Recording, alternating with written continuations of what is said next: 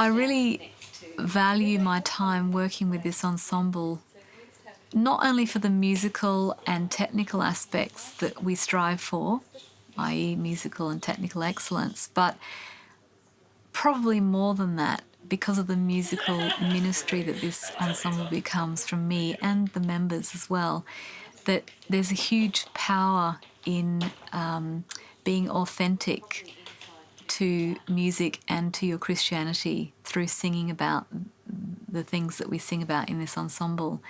We sing about God and our experience and our Christian experience as worshippers of a universal God that is all-powerful and all-knowing.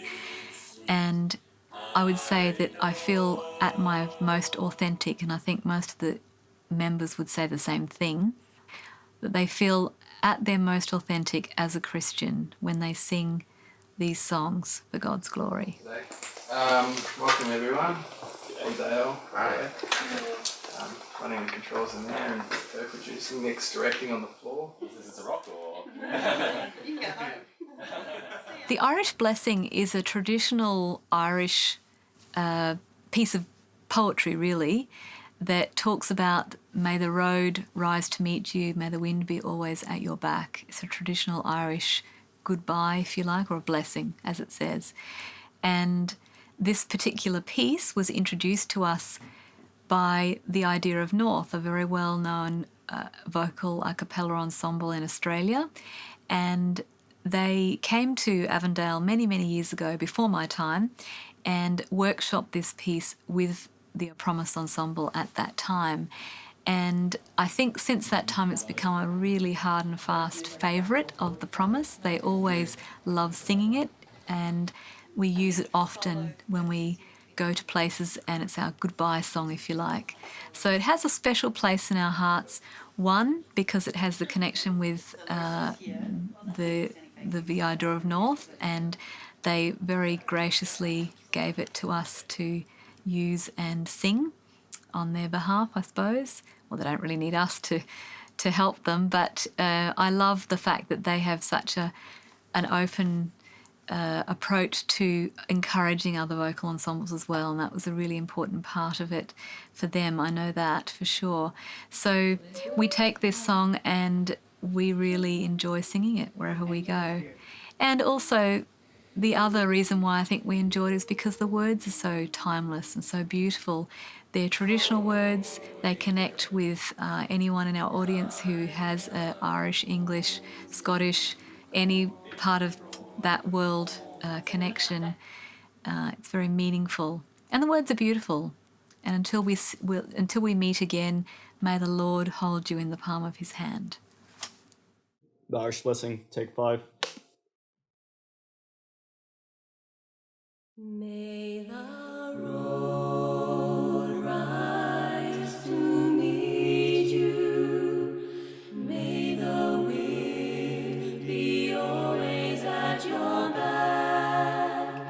May the sun shine warm upon your face.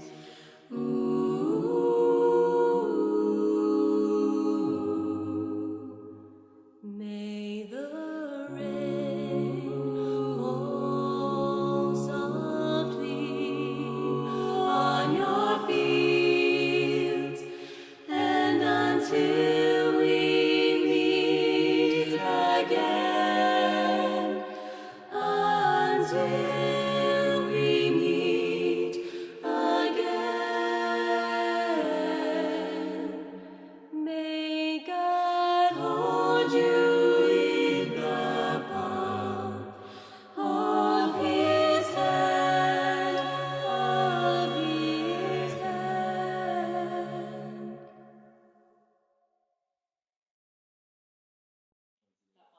He's Sweet I Know is a traditional African-American song, a spiritual, if you like, that has connections with the African-American cultural story of slavery. And I imagine that it's been sung for hundreds of years and in many, many different permutations. And the one that we're singing is just one of many. We heard it first in Australia with the Idea of North at a workshop, a vocal workshop, and they again workshopped with us and gave us permission to sing it and use it and do whatever we like with it. And really, it's a beautiful piece that can grow as traditional folk music does, tends to change and evolve over time. I think the ensemble, The Promise, likes to sing this piece largely because it's simple and it's beautiful, and the words are quite profound. He's sweet, I know. Regardless of what happens in life, storms may rise and come and go, and life gets tough at times. Life really does get tough.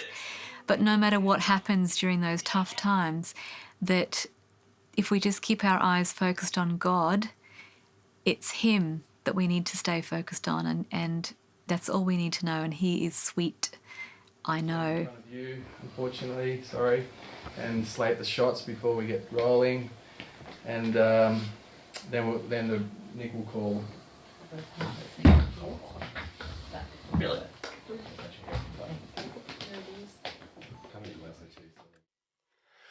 He's sweet, I know.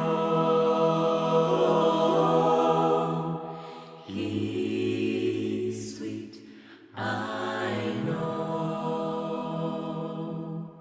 Storm clouds may rise, stormy winds may blow.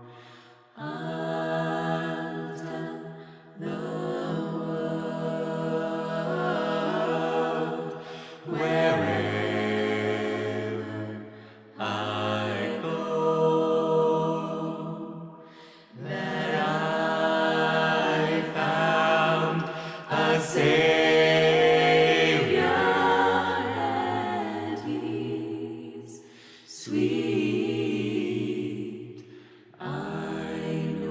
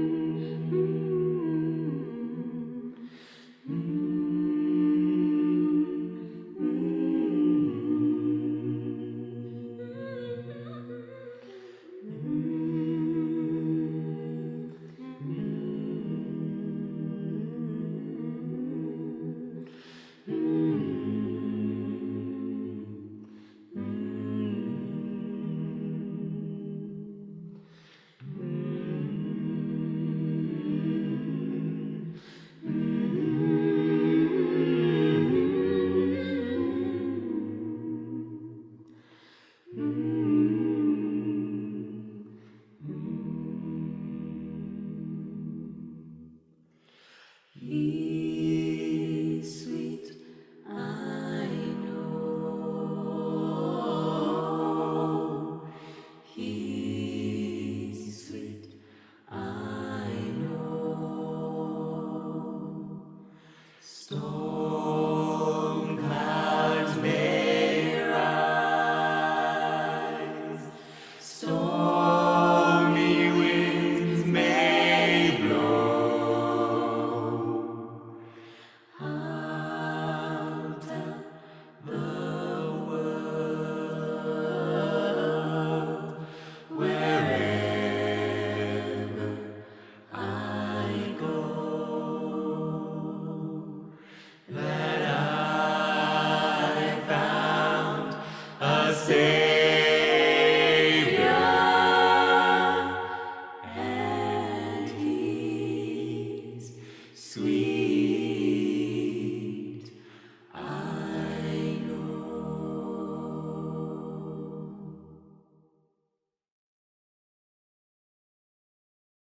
Johann Sebastian Bach wrote hundreds of cantatas during his time. He was a Baroque composer and a church musician, and I love him for those reasons, because he was not only a consummate professional musician, but he had a heart for music and ministry through his music. He was appointed music director of the church in Leipzig, Germany, and that was his longest stint as music director, and he wrote hundreds of cantatas during that time.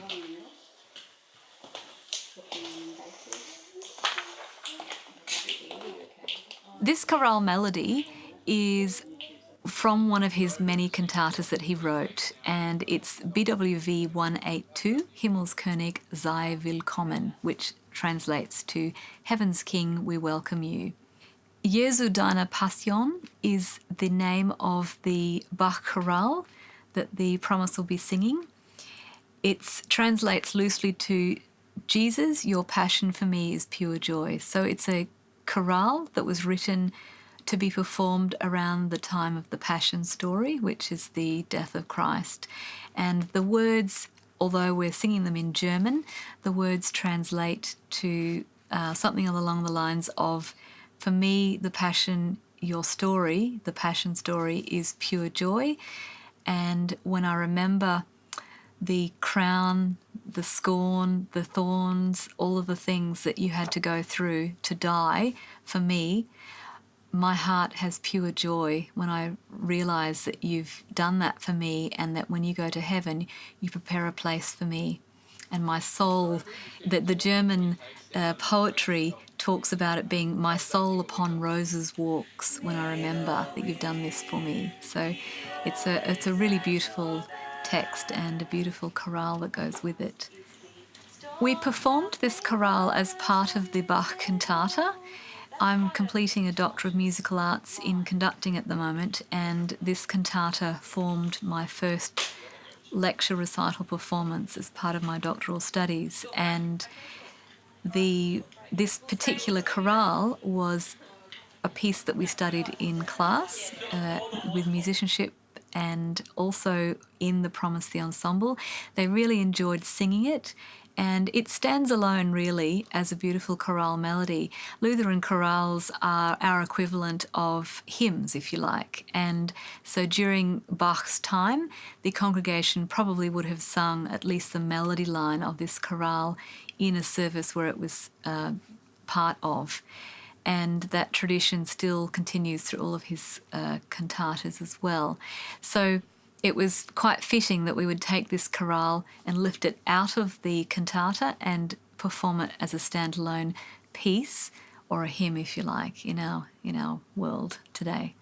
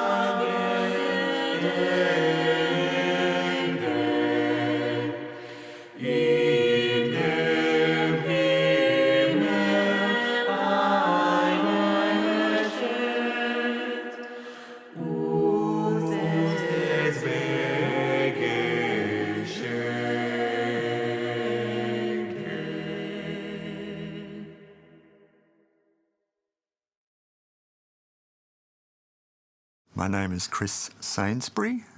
Currently I teach music composition at the Australian National University in the composition program there. Previously I'd been a long-term employee at Eora College, an Aboriginal college in Sydney, and for a year there I did a little teaching at Avondale Conservatorium in the composition program there. So this piece came about because Alita King, the director of the Conservatorium at Avondale, invited me to write a piece for the Promise, and it's a group I'd heard previously singing in concert, and I was very much impressed. So I jumped at the opportunity, and I thought what to write for, and I had in mind to write for soprano, alto, bass. The interesting thing is that I think at the beginning of the rehearsal process there wasn't really a tenor available, so that sort of worked out nicely. And I read a lot of Emerson poetry, Ralph Waldo Emerson, and he's a New Englander, was a New Englander, so I turned to one of his poems, The Sphinx, and set that to music. To the faith of the man-child, the meaning of man,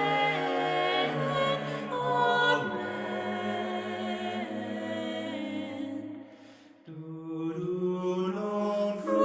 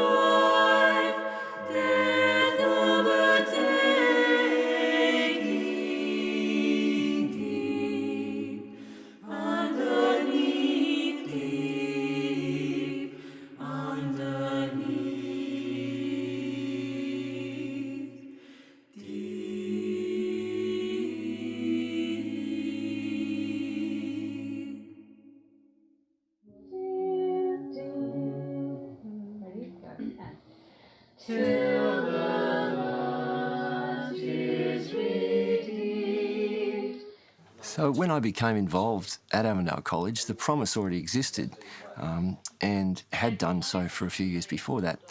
And they would get asked continually about the name, the Promise, where did it come from? It originated from a text, a biblical text, 2 Peter chapter 3, verses 8 and 9, that mention the promise and where is the promise of God's coming. And so I read through the text, and it took me a while to get my teeth into what I wanted to say about it. But eventually an idea came to my mind. Really it was the line, "How long, Lord," came into my head and stuck there.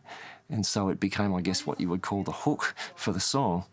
And then I just wanted to create a question, really, about how long do we wait? Do we wait for the promise of the Lord's return? Yeah, that's what I suggested. Yep. So let's do that. So have you got page 2?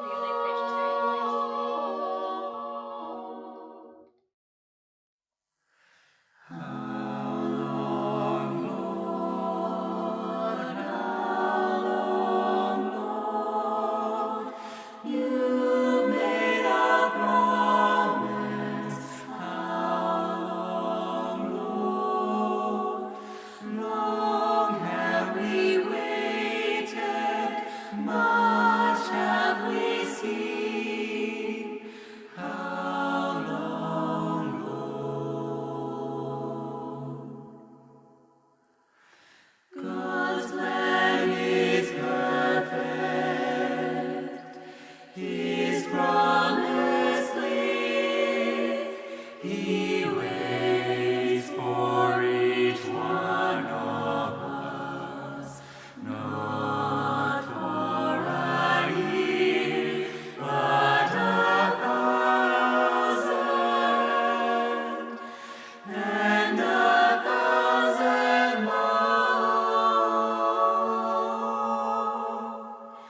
till we all know His love, till we all know His peace, till we all turn home. Will you comfort fulfilled?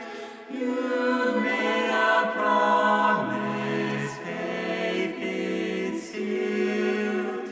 Much have we suffered, time after time. How long, Lord? God's plan is perfect, His promise clear.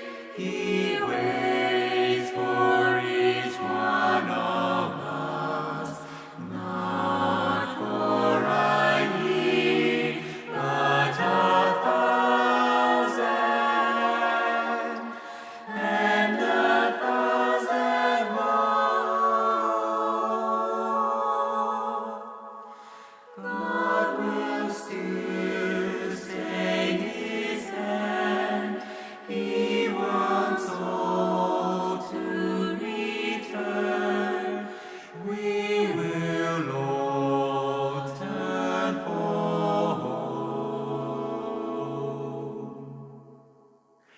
God's plan is perfect, His promise clear. He waits for each one of us, not for a year, but 1,000 and 1,000 more. Till the lost is redeemed, that's His promise to us. We will wait with our Lord. How long, Lord? How long, Lord? You made a promise. How long, Lord? Long have we waited, much have we seen. How long, Lord?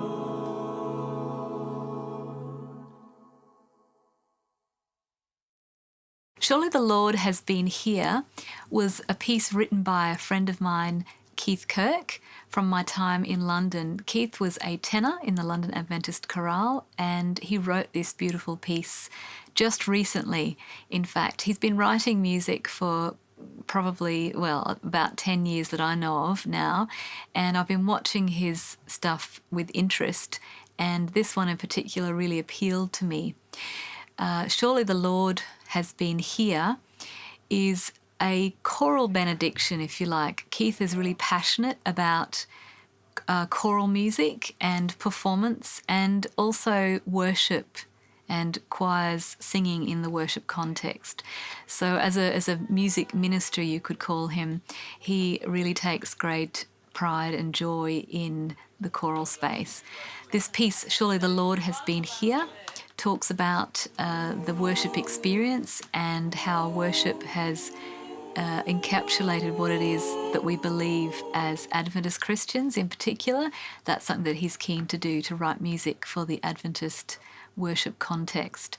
And as I said, it's a benediction, so it would be sung at the end of a worship service, like a prayer at the end by the choir, to say that surely the Lord has been here, angels have been singing, hearts have been lifted, spirits have been lifted, and surely the Lord has been here because of that.